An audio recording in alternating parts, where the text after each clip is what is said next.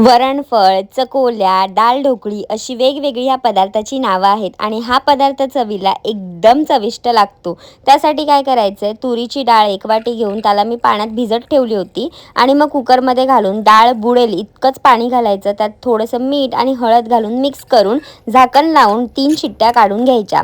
शिट्ट्या होतात तोपर्यंत 1 वाटी गव्हाचं पीठ चाळणीने मी चाळून घेतले, त्यामध्ये 1 चमचाभर बेसन, थोडीशी हळद, लाल तिखट, थोडासा हिंग आणि ओवा घातलाय आणि चमचाभर तेल, थोडंसं मीठ घालून हे सगळं व्यवस्थित मिक्स करून घ्यायचं आणि थोडंच पाणी घालायचं आणि ह्याचा घट्टसर असा गोळा तयार करून घ्यायचा। आता हे पीठ मळलेलं थोडा वेळ बाजूला ठेवायचं आणि डाळ शिजली आहे का ते चेक करायचं आणि डाळीला चांगलं स्मॅश करून घ्यायचं।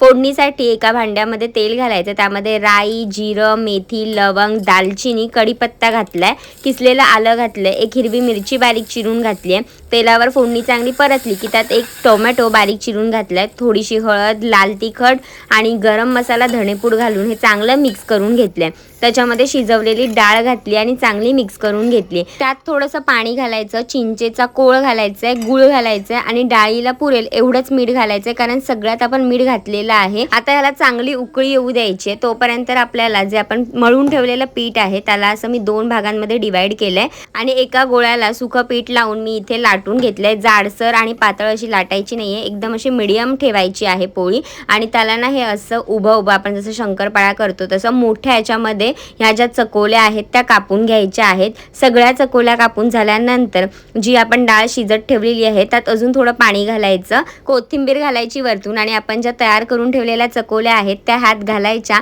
आणि मस्त 10 मिनिटांसाठी छान उकळी काढून घ्यायची। थोडंसं दाटसर होतं हे उकळी आल्याच्या नंतर आणि मग तयार होतात आपल्या ह्या चकोल्या।